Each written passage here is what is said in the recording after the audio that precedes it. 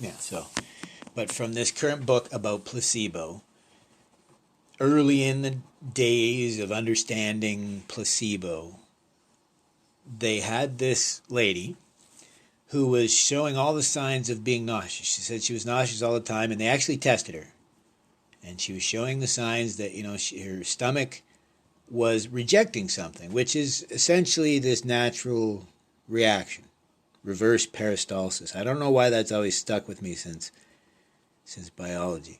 But you're trying to get something out of you because you're rejecting it. And she showed all that signs, but nothing to warrant that. There was no reason for her to feel nauseous. But she showed the signs of being nauseous, and it was, I guess, chronic all the time. She always felt nauseous. And so as a test of placebo, since this was so psychosomatic, I know I said that already, psychos of the mind, psychosomatic in the body. So something that from the mind influences the body. So he tested this lady. Like I said, all signs that she was showing that she physically was nauseous, and he was pretty sure it was coming from her mind. Right? She was making herself think that she was nauseous. So what did he do, this doctor? He gave her a dose of Ipecac. What's that? It is something you give to someone to make them throw up. Yeah. And do you know what it did? She didn't throw up. No, in fact, within, I think he said 2 minutes or 20 minutes, that doesn't matter. It cured her. Almost instantly, it cured her nauseousness till the next morning. Nausea. Yeah. Till the next morning, exactly. Wow. And he repeated it again, And again to the same results. In fact, it showed that the somatic response, the physical response, her stomach's response, the same way it would if it were nauseous, that had subsided. So this patient was given something that would make the majority of us almost immediately violently ill. Yeah, and it was fine for her. And for her, it made her feel less nauseous. Well, that's But cool. further to that, it wasn't like Ipecac is almost, follow me if I'm right here, it's almost an immediate sort of thing. It's meant for you, you consume it, it all comes out. So the fact that it kept her from being nauseous till the following morning also says a lot, because lo and behold, it's almost, the study they said that in some cases, some placebos can last as long as 30 months. Wow. Well, but for this lady, it lasted till the following day. That's all right, because she could just keep taking it. No, the lesson is it was all in her head in the first place. Both the illness, the symptoms, the medicine itself. Her mind overcame the natural physical response to something that usually would make you nauseous. So again, her mind, psyche, somatic. But you said she was nauseous after 24 hours. Well, yes, Ipecac only makes you throw up pretty much immediately. So the fact So that... she'd need that medicine. No. What she needs to learn is that's proof... Oh, that it's all in her head. It was all in her head, which is what it seems. 80% or more, we can't say 100, there is no 100, 80% is pretty much saying that everything in life is influenced by the placebo effect. And it's very directed because they tested different fake medications. So that's why I said the fact that she only felt good for a day likely is due to the fact that the doctor probably essentially told her this is only going to work for a short period. Put it in her mind. Yes, and if he had told her this will cure your nausea forever, and she bought into it, Yeah, it would have. it would have possibly likely cured her nausea permanently. So it's a twofold effect. So this is where the psychology of William James comes in, where he wrote that there's somebody called the sick soul, and this is why I say it should have been called the varieties of human experience, not the varieties of religious experience, because in it, he says there's the firstborn. Those are people who wake up born knowing, I don't know, just, life is going to be great, and they're lucky life is great. They don't have any problems. Then there's people who reach a certain point in their life where, as Hemingway said, everyone is broken sometime, but some of us are stronger in the broken places. So William James called them the second born. So they went through an illness or a revelatory experience, or like you said yesterday, a loss in the family for whatever reason, a loss in your community, a loss to your person, arguably, your sense of self, right? But then this third identity, I think there's more, but just we got to dumb it down to a certain degree, right? The sick soul. And that's what I think we're seeing here. Right? It's the buy-in and the faith, and we talked about this yesterday, or was it this morning? The doctor said, well, you're darned if you do and you're darned if you don't. If you tell people there's a remote chance of side effects to a medication, even if you give them a placebo, there's a portion of them that will have those side effects, only because you suggested there may be a possibility. So rather than the doctor who says, well, what do we do? Right? If we don't tell them, then they'll have these side effects, and it'll actually have this nocebo effect, and it will counteract the beneficial effects because you want to heighten the placebo. I've talked about this before, that doctors use the placebo effect to help with depression, anxiety, but in other areas too. They just didn't realize how much of it, how much played a part, because they proved it that doctors that don't stare at their computer, they actually look at people, those people do better. So the perception, remember how they said it? What is that? Possession is 9/10 of the law. Well, arguably you could say perception is 8/10 of healing. Yeah, because you usually look at someone in the eyes when they're talking. Well, they care, yeah. But the reason why is that's how we judge whether we're getting good care. Yes, but now we realize when they only get how many minutes per patient? Oh, that's a different story, exactly. They have to do everything, so you probably wouldn't get much eye contact unless they were like looking in your throat or whatever. Well, that makes my argument that I think the most important aspect to healing is agency. So you have to feel like you're in charge of your healing. And I think that might work. I mean, 5 minutes is ridiculous, you're right. But even still, if you were prepared coming in and they were prepared coming in, which doesn't happen, but just imagine everyone did their homework and they came in and they had a tete-a-tete, right, from French, it's a head-to-head. So the meeting of minds is a better translation. This idea of you'd both, this awesome quote that I steal from Cheers. And it was Norm. He had this flair for interior design. Do you remember that? Yeah. Yeah. And so he was having a hard time getting business because he didn't fit the mold of what people expected. Yes. Interior design. Exactly. So he came up with this, and I think this is so beautiful because it is so true, though. This is what we need people to do. Passion. He said, did I tell you that I programmed myself to dream about your space last night? Well, arguably, that's what we're supposed to do. That's what narrative theory speaks to. And that's what this idea of placebo. So, dream. Program yourself to dream about your space. That could be a metaphor for life. That's pretty cool. What is life?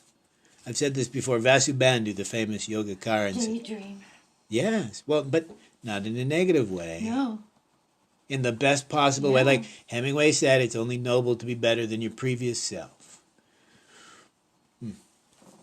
So, I just wanted to add one little tidbit that I've actually even think I've proven with a recent anecdotal. So I've fallen for placebo. I used to consider it pseudoscience, right?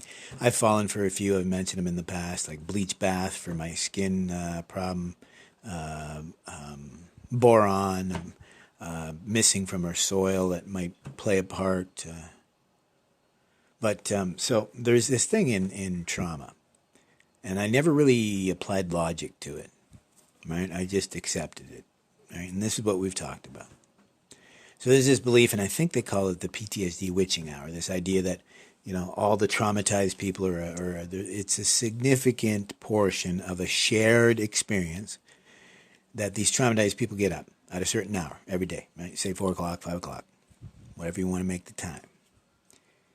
But I never put the logic to that. And I'm like, well, when your average awake adult has a hard time adjusting for mountain time, why would I believe that just by the nature of a shared perception of an experience, not the shared experience at all, different people, different places, but they all get up at the same time? Yeah, well, I tested it. It's not true. If you stay up late, you get up late. Okay, so I don't know if this relates to placebo, but let's talk about mindfulness in behavior, learned behavior. What would you call it? Like just reactionary. I call it trauma-informed adaptation. So just like habits, reactions, as opposed to mindful action, reaction, perception, even. So me as a dyslexic, I just recorded the last section as witching hour because I mentioned the PTSD witching hour. Now I asked the wife and she helped me. I said, why do I have a hard time spelling witching or witch? Because I had to think about it. Now I was recording, I'm not paying attention, we were doing a few other things. And as she said, when you're thinking of something else, you're not focusing enough. And now I have criticized John Vervaeke in the past. I'm not sure what he is, a professor of cognitive science, I think he calls himself, or what have you. He talks about being dysgraphic, and he's unable to spell tennis properly, and I understand what he means. He says that he forgets one T or two. And I get what he means. And I have criticized because I think the man could learn just by remembering tennis is two ends. Tennis is two ends, right? I mean, if you're trying to find solutions to the meaning crisis, I think well, it goes to my theory that I don't believe we have a certain amount of mental power. So take two books, putting them together here. One book says we run out of energy. So therefore we run out of mental energy because they've tested giving people glucose and then they have more mental energy. But at the same time, they talk about how, 60% of it is mental, right? Like you just assume that you've run out of physical strength. Well, you apply that to mindfulness, focus, and any ability. I posit, I wonder if we could improve our eyesight by just believing that we can improve it. We could test it. I should look to see if there's been a test. If they've done a fake laser eye test to somebody, and if they've come out with better vision. I can almost guarantee that if you take someone with bad eyes, put them in the entire situation, get them to absolutely buy in and believe that you have corrected their eyesight, I guarantee by the factor of 80%, I think that's the number that's going to fit, 80% guarantee, 80% of the people that get it done will see an 80% improvement, right? So we can even say, I think the number is 80, right across all the number of people, the average improvement will be 80%. And that's without having had their eyes repaired. Their vision is going to improve by 80% of what they have been told it will improve by. It's been proven by, we were talking about this morning, that they tested it with hip repair. I mean, if they've done it with hip repair, why not with eyes? They did the regular repair on 1/3 of the patients. They did just like a washing out of another third, and then 1/3 they pretended to do, and they didn't. But after even 2 years, the people that had the placebo treatment were doing as good, or maybe better in some ways, as the others. So I apply that to the idea of mindfulness, of focus, right? that I think witch, like the bewitched, what would you call them? Witch, a Wiccan practitioner, a witch, and a warlock. I think that's a hard word. That's what? Witch. For me, I have to seriously think about that because as a dyslexic, I guess you have to be a dysgraphic as well. I can't spell. And I thought which, like which one? Wich, but that's just looking at these letters. And I had to be reminded it's Which. And I don't take that personally. It just doesn't make me less of a person. And I guess that's probably what I was reacting to with the professor, who was talking about how he felt less than because he couldn't remember whether tennis had one ends or two. But it makes me understand that, like I said to my wife, the way I remembering is I had to focus on the differences because she just highlighted. I like highlight myself. She just highlight the difference between which and which. Never mind the Earl of Sandwich or a sandwich. Isn't that spelled Wich? Which? Yes, sandwich. Well, I mean, come on. You're not making this easy. So for me, Witch, I had to remember it was a T. So it sounds like which, but it had a T.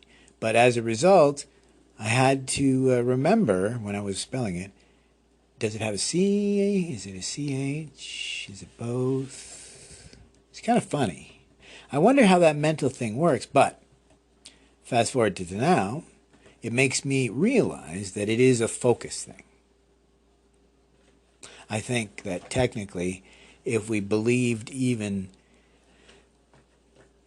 if we could overcome some of these learning barriers through simple mindfulness, if we believed in it, I think it would work more than 80% of the time. They've already studied it. They found that rather than what the one, I think it was a New Zealand doctor, who thought that some people learn by hearing, some people learn by seeing, some people learn by doing. If you fast forward to today, there's one big study that people need to realize that important to today's education especially is these kids learn better by doing, so they need to be writing this stuff out. I mean, I don't know. We haven't studied whether these tablets that these kids can write and draw and be creative and tactile, somatic, whatever you want to call it. Without that, we're not going to get there.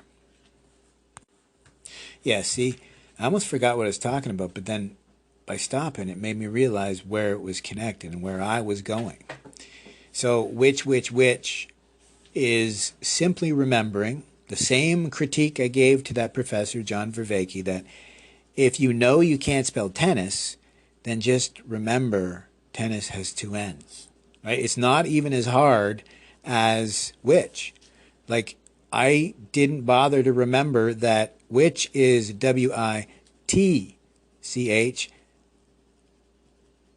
or I did remember the T, but I didn't remember the CH. Like, tennis isn't that bad. It's like TE, two N's, IS. So it's his with two N's. Weird dyslexic brain. But the connection here is it seems to be directly related to focus, right? Memory, not so much like learned routines, which would actually be memory too, didn't it?